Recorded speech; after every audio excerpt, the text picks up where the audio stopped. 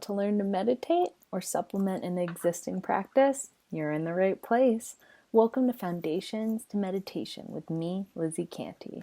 This 4-week series will serve as a secular guide to creating or deepening a pragmatic meditation practice. I've been practicing meditation for almost 10 years now. Because of the benefits I saw in my life due to meditation, I became a certified meditation and mindfulness instructor 3 years ago to share what I believe to be one of the most misunderstood tools for health and well-being out there. Since then, I've been passionate about making meditation accessible to everyone. Meditation isn't reserved for Buddhists or yogis. I want to show you the how and why of it. This series is being held through OLLI, and I am so glad you chose to join us. So let's get started.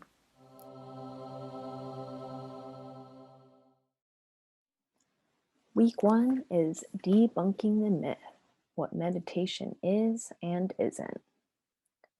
One of the reasons that I started teaching meditation was all of the misconceptions I heard about it. Oh, I can't sit like that. I don't have enough time. I think too much. Meditation is too hard. It doesn't align with my religion. Here are 5 essentials to meditation that will hopefully start to take the myth and the mysteries out and make this something that is obtainable and accessible. Always remember that thinking is normal in meditation. If you are one of those people that have tried meditation and you're like, my mind is just way too busy, or I have ADD or ADHD, or something that is prohibiting me from practicing meditation, it is normal that you have a really overactive mind. That's okay. That's a part of it. And we're going to teach you how to begin to overcome that. But just know if you're having thoughts in meditation, it is totally normal. Don't try too hard. You're not going to sit down and transcend your earthly body. You might, but most likely that's not going to happen. It's probably going to be frustrating. It's probably going to be painful. It's probably going to be irritating at first to sit alone in quiet, contemplative silence. So don't try to have some out of body experience. Just know you're simply sitting with yourself for the next 5 or 10 or 20 minutes, and don't set any crazy expectations. Be kind to yourself in practice. Meditation is a microcosm of life. And so if you're talking to yourself in a really negative way, saying, oh, you're not good at this. Oh, you're not doing this right. Oh, you're thinking too much. If you're being very critical of yourself, you can begin to change that self-dialogue in meditation. Oops, I'm having a negative thought. I'm going to release that and return to the present. Or maybe you can even offer in a nice comment like, I am trying my best. I am enough. I am doing this good enough. And then returning to your practice. And stick with it. Along with that resolve is just always return to your practice. If you haven't done it for a couple of days, that doesn't mean that you don't need to do it or can continue not doing it. It's like, just begin again. Oops, I forgot to do it when I was on vacation. That's okay. I can start again when I get home. But really just sticking with the practice, no matter how hard it is, no matter how difficult it might feel, know that meditation is working slowly but surely, and it is worth the effort in the long run. Other than remembering these 5 essentials to meditation, it doesn't require very much of us. I'm happy to report that there are only 3 simple requirements to meditation.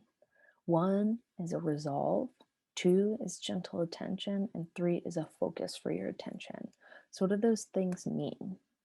The first requirement being resolve is that you pick a time to sit. As Deepak Chopra says, rise, pee, meditate, RPM. If morning isn't your time, you could always choose an afternoon happy hour.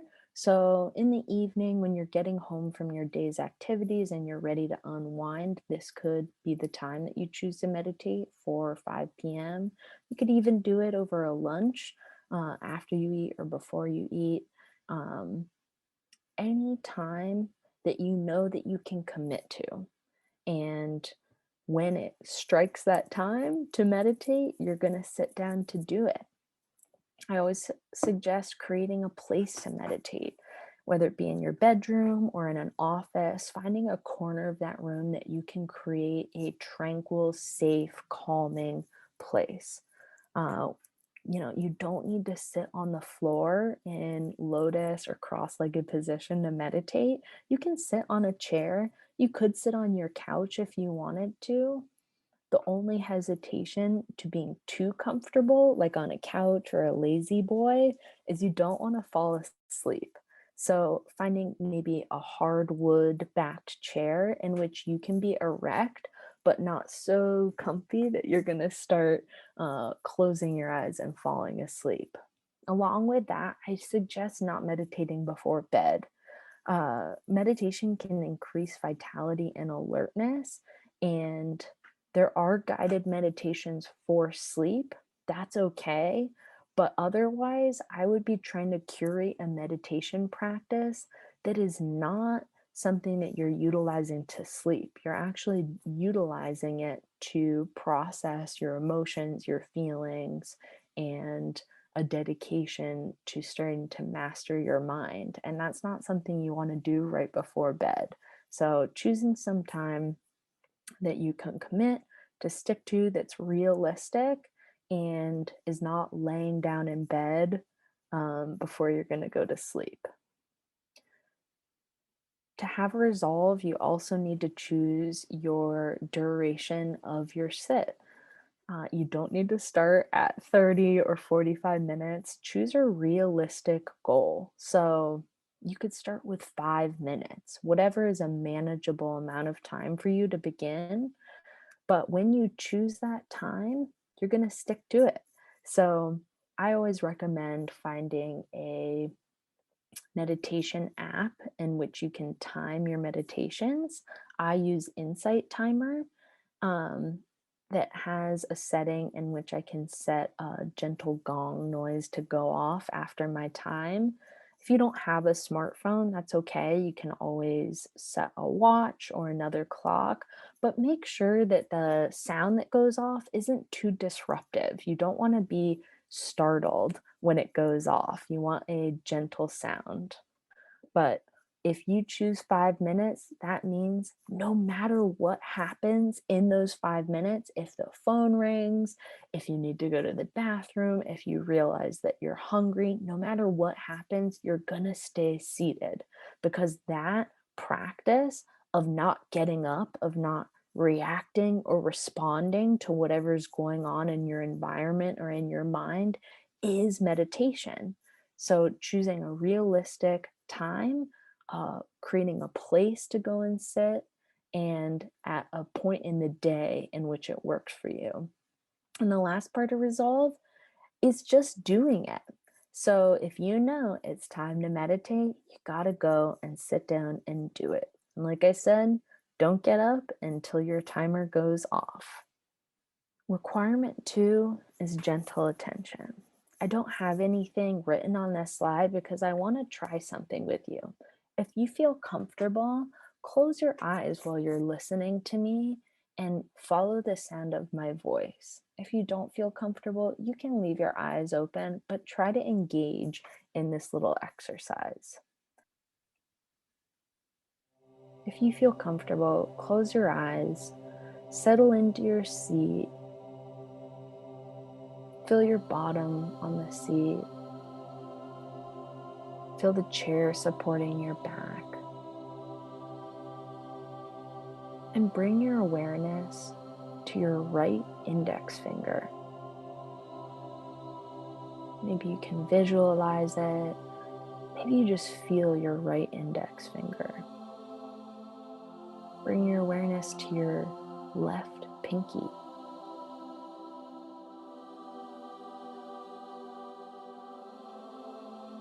bring your awareness to your left palm. Maybe rub your fingers over your left palm.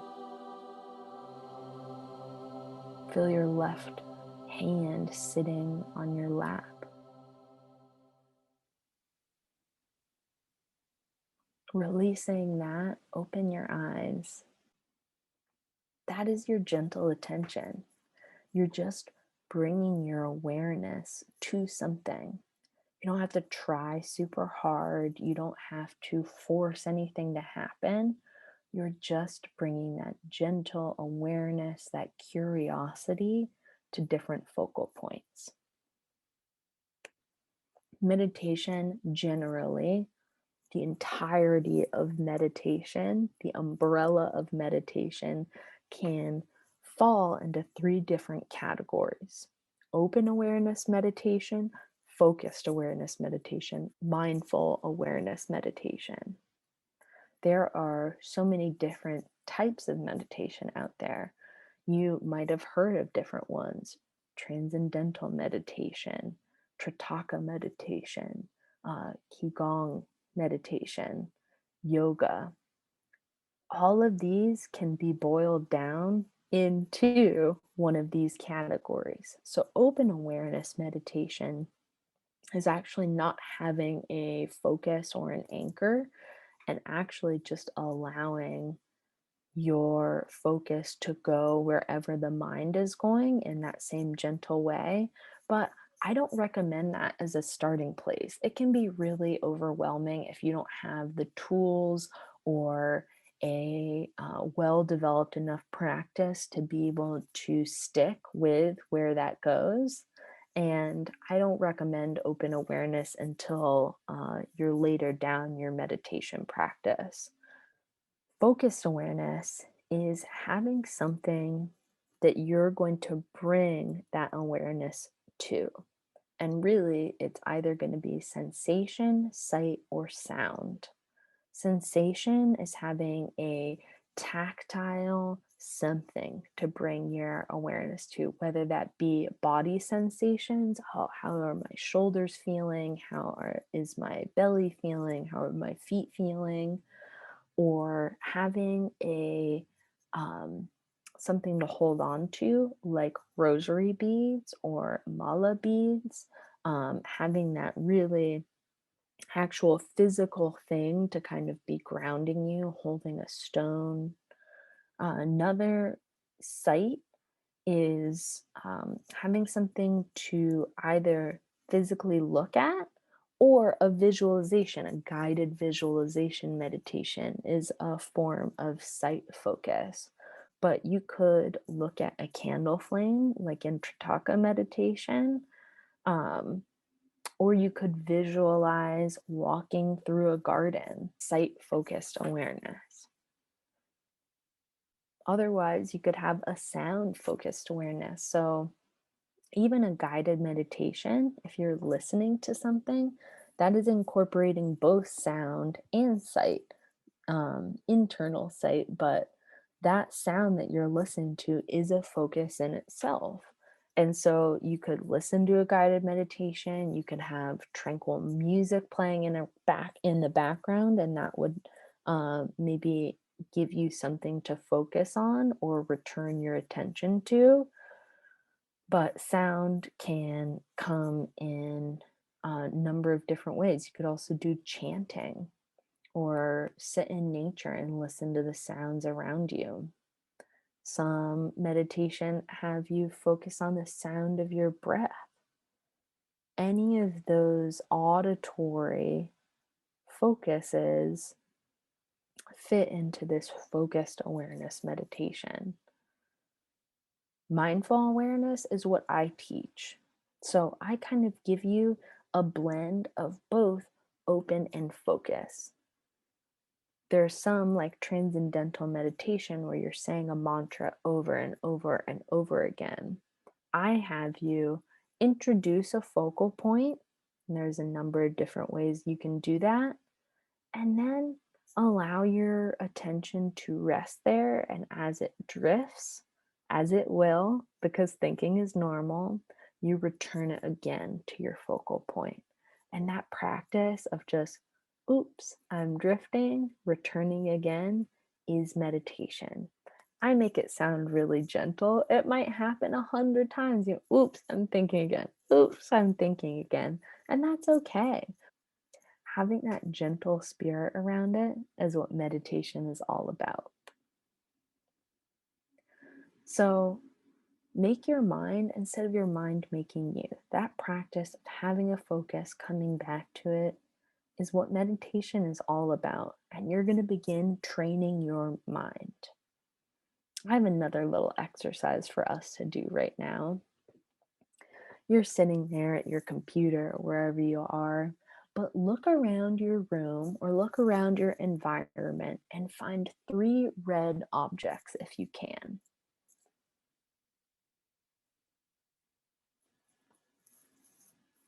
I found 3 red objects. Now close your eyes and think about those 3 red objects. What were they? Now, with your eyes still closed, without peeking or cheating, can you think of 3 green objects that you saw?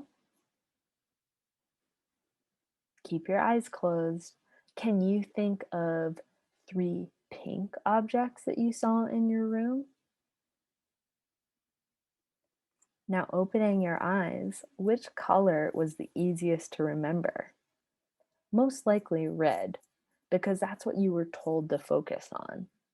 Maybe you remembered a pink object or a green object because it stood out to you. But this exercise is to show you what you focus on grows. If we're always focusing on the negative or the bad, we might be missing the good stuff in life. And it's just due to where our attention is focused. And so when we're sitting in the microcosm of life in meditation, we're training our brain, we are teaching our attention that it's going to go where we want it to go.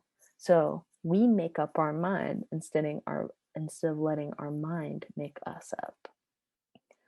In closing, meditation is accessible. Whatever barriers you thought were there, you can break them down so that you can begin an accessible, easy, gentle meditation practice.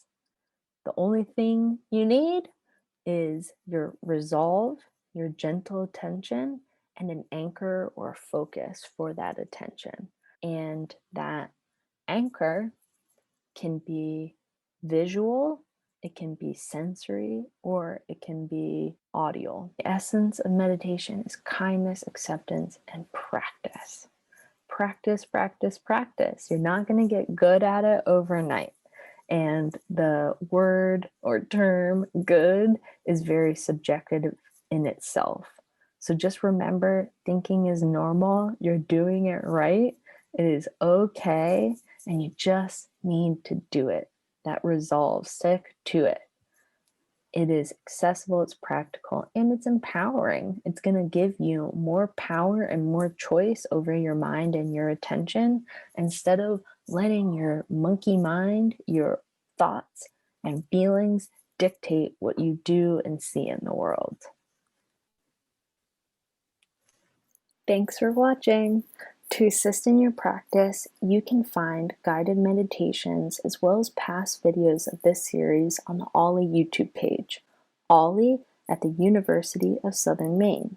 That's OLLI at the University of Southern Maine. Or follow on Facebook for updates and more OLLI happenings at Osher Lifelong Learning Institute at the University of Southern Maine. Stay centered, y'all.